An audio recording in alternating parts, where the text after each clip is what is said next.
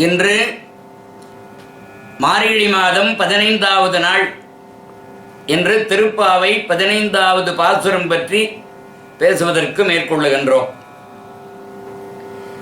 பெண்கள் எல்லாம் வைகரையிலே துயிலெழுந்து புனித நீராடுவதற்காக ஒவ்வொரு தோழிகளுடைய வீட்டுக்கும் சென்று அவரவருடைய இல்லத்து முற்றத்திலே நின்று பகவானுடைய பெருமைகளை சொல்லி அந்த காலை பொழுதிலே உள்ளங்குளிர நீராட வேண்டும், இப்படி உறங்கி கிடக்கலாமா என்று ஒவ்வொருவராக எழுப்பிக் கொண்டு வந்து இன்றைக்கு ஒரு வீட்டு பெண்ணனுடைய முற்றத்திலே நின்று அந்த பெண்ணை ரொம்ப உரிமையோடு அழைக்கிறார்கள். எல்லே இளங்கிளியே, எல்லே இளங்கிளியே, இன்னும் உறங்குதியோ?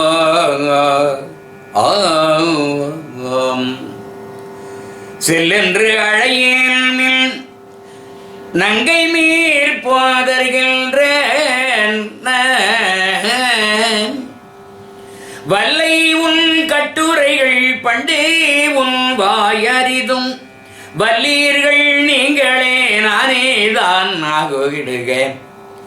ஒல்லை நீ போதாய் உனக்கென்ன வேறுடையை, எல்லாரும் போந்தாரோ போந்தார் போந்து எண்ணிக்கொள். வல்லானை கொன்றானை மாற்றாரை மாற்று அழிக்க வல்லானை மாயனை பாடேலோர் எம்பாவாய்.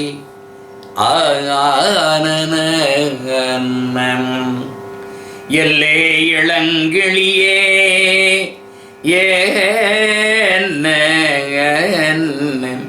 உறங்குபவர்களுக்கும் எழுப்புகிறவர்களுக்கும் ஒரு தர்க்கம் இந்த பாட்டில். வெளியே இருக்கிறவங்க எல்லாம் எல்லே எல்லே என்றால் ஏண்டின்னு நாம சொல்லலையா, அது போல ஏண்டி இன்னமா உறங்கின்னு இருக்க அப்படின்னு வெளியே இருக்கிறவங்க கேட்கிறாங்க. இன்னும் உறங்குதியோ அப்படின்னா உள்ள இருக்கிறவர்கள் சில்லென்று சத்தம் போட்டு கூப்பிட வேண்டாம். ஏண்டி இப்படி சத்தம் போட்டு அழைக்கிறீங்க? அவ தயார் நிலையில் தான் இருக்கா, உறக்கம் கலைந்து விட்டது. இவங்க அழைத்த உடனே உறக்கத்தில் இருந்திருப்பார்களால் இவள் பேசியிருக்க மாட்டாள். உறக்கம் கலைந்து விட்டது, அவளும் புறப்படுவதற்கு தயார் நிலையில் இருக்கா. ஏண்டி இன்னும் உறங்கிட்டு இருக்கிறான்னு கேட்குறாங்க. சில்லென்று அழையேன், மீன் காலையில் ஏண்டி இப்படி சத்தம் போடுறீங்க? நான் தயாராக தான் இருக்கிறேன், சத்தம் போட்டு நீங்க கூப்பிட வேண்டாம், இது வந்து விடுகிறேன் என்றாள். எழுப்புபவர்கள் நீ ரொம்ப கெட்டிக்காரடி, உன் பேச்சு முன்னமே எங்களுக்கு தெரியாதா? உன் வாயை நாங்கள் அறிவோம், நீ எப்படிப்பட்ட பேச்சுக்காரின்னு எங்களுக்கு தெரியும், பேசுறதெல்லாம் போதும், பேச்சை நிறுத்திட்டு உடனே வா அப்படின்னா உள்ள இருக்கிறவர்கள் நீங்க சாமர்த்தியமானவர்கள் தான், சாமர்த்தியம் வாய்ந்தவர்கள் தான். அது நீங்களானாலும் சரி, நானானாலும் சரி. நானும் சாமர்த்தியம் உடையவளாக இருக்கட்டும், நீயான் சாமர்த்தியம் உடையவளாக இருக்கட்டும், அதெல்லாம் சரிதான். இந்த வருகிறேன் இருங்கன்னா வந்தவர்கள் விரைந்து எழுந்து வா, நீ மட்டும் என்ன எங்களை விட உயர்ந்தவள். ஒவ்வொரு நாளும் நாங்கள் தினமும் காலையில் எழுந்து உன்னை நாங்க எழுப்ப வேண்டியதா இருக்கிறதே, நீ எழுந்து தயாரா வர வேண்டாமா அப்படின்னு மறுபடியும் அவங்க அதிகாரத்தோட கூப்பிடுறாங்க. நீ மட்டும் என்ன எங்களை விட உயர்ந்தவளா, நாங்க எழுப்பித்தான் நீ வரணுமா அப்படின்னு கேட்டாங்க. நாங்கள் நிற்பது நீங்கள் தூங்குவதா அப்படின்னு கேட்கிறாங்க.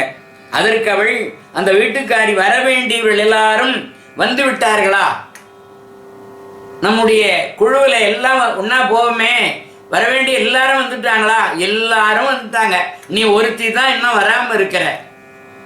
உனக்கு சந்தேகம் வந்தா எண்ணிக்கோ, வந்த கூட்டத்தார் வந்து விட்டார்கள், நீயே எண்ணிப்பார் அப்படின்றாங்க.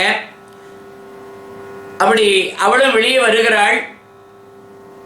இப்படிப்பட்ட நாமெல்லாம் ஒருங்கிணைந்து ஒன்றாக சேர்ந்து குவலையாபிடம் என்னும் வலிய யானையை கொன்றவனை, அந்த வல் ஆனை கொன்றானை, என்ன அழகான தமிழ் பாருங்க. வல் ஆனை கொன்றானை.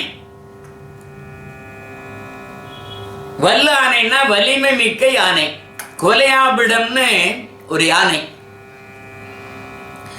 கம்சன் தனுர்வேள்வி செய்வதற்கு பலராமரையும் கண்ணனையும் ஆயர்பாடியிலிருந்து வடமதுராபுரிக்கு அழைத்து வரான். அவன் வஞ்சனை உடையவன், அவனிடத்துல உண்மை கிடையாது. எப்படியாவது இந்த கண்ணனை அழித்து விட வேண்டும். தங்கையினுடைய வயிற்றிலே பிறந்த 8வது குழந்தையால இவனுக்கு மரணம் என்பது அசரீரி வாக்கு. அதனால்தான் இந்த ஆயர்பாடியில் இருக்கிற கண்ணனை கொன்றுவிட வேண்டும் என்பதற்காக எத்தனையோ அரக்கர்களை அனுப்பிக்கிட்டே இருக்கான். இவன் எத்தனை அரக்கர்களை அனுப்பி கொண்டிருக்கிறானோ அத்தனை அரக்கர்களையும் அந்த கண்ணன் மேலே அனுப்பி கொண்டிருக்கிறான். இனியும் இந்த கண்ணனை விட்டு வைக்க கூடாது என்றுதான் தனுர்வேள்வி செய்து அந்த வேள்விக்கு கண்ணனை இங்க வரவழைக்கிறான் வடமதுராபுரிக்கு. இப்படி கண்ணனும் பலராமரும் வருகிற போது குவலையாபிடம் என்ற ஒரு பெரிய யானை, அது அந்த யானைக்கு மதம் ஏற்றி அந்த யானை அனுப்புகிறான் கண்ணனை கொல்லுவதற்கு. கண்ணபிரான் ஒரு சின்னஞ்சிறு பிள்ளையாக, அவர் பார்ப்பதற்குத்தான் குழந்தையாக இருக்கிறார். அவர் மிகப்பெரிய ஆற்றல் படைத்தவர். அப்படியே அந்த யானையின் மீது கெந்து பாய்ந்து ஒரு மதம் கொண்ட யானையை எப்படி ஒரு வீர சிங்கம் அடிக்குமோ அது மாதிரி அடிச்சார். அந்த யானையினுடைய மத்தகத்தின் மீது மோதுகிற போது அந்த யானை அப்படியே நிலைகுலைந்து போய்விட்டது. இந்த யானையினுடைய தந்தத்தை ஒடித்து அந்த யானைக்கு அந்தத்தை உண்டாக்கினார். அந்த கண்ணனுடைய ஆற்றலைத்தான் இங்கே ஆண்டாள் இந்த பாடல்ல சொல்றாங்க. வல் ஆனை கொன்றானை மாற்றாரை மாற்று அழிக்க வல்லானை.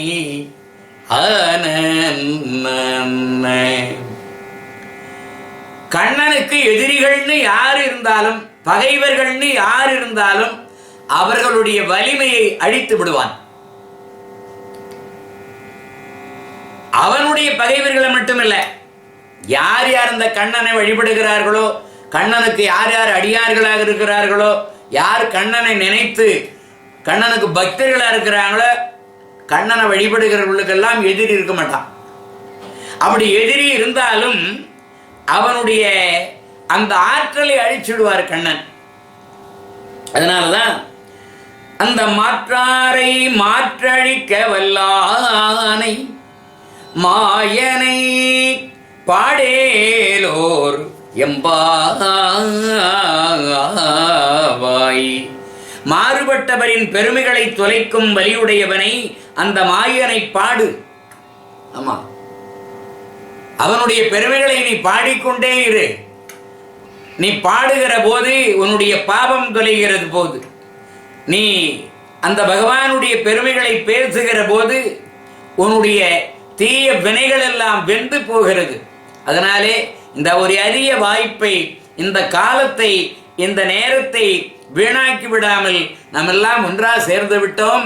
இப்பொழுது அவனுடைய திருமாளிகைக்கு சென்று அந்த கண்ணனை எழுப்பலாம் வாருங்கள் என்று அங்கிருந்து புறப்பட்டு அங்கே கூட வேண்டிய அனைவரும் ஒன்று சேர்ந்து இடையறு சிறுமியர்கள் எல்லோரும் ஒன்றாக நந்தகோபனுடைய மாளிகையை நோக்கி சென்றார்கள் என்று இந்த பாடல் இங்கே ஒருவரை ஒருவர் எழுப்புகின்ற நிகழ்வு இந்த பாடலோடு நிறைவு பெறுகின்றது.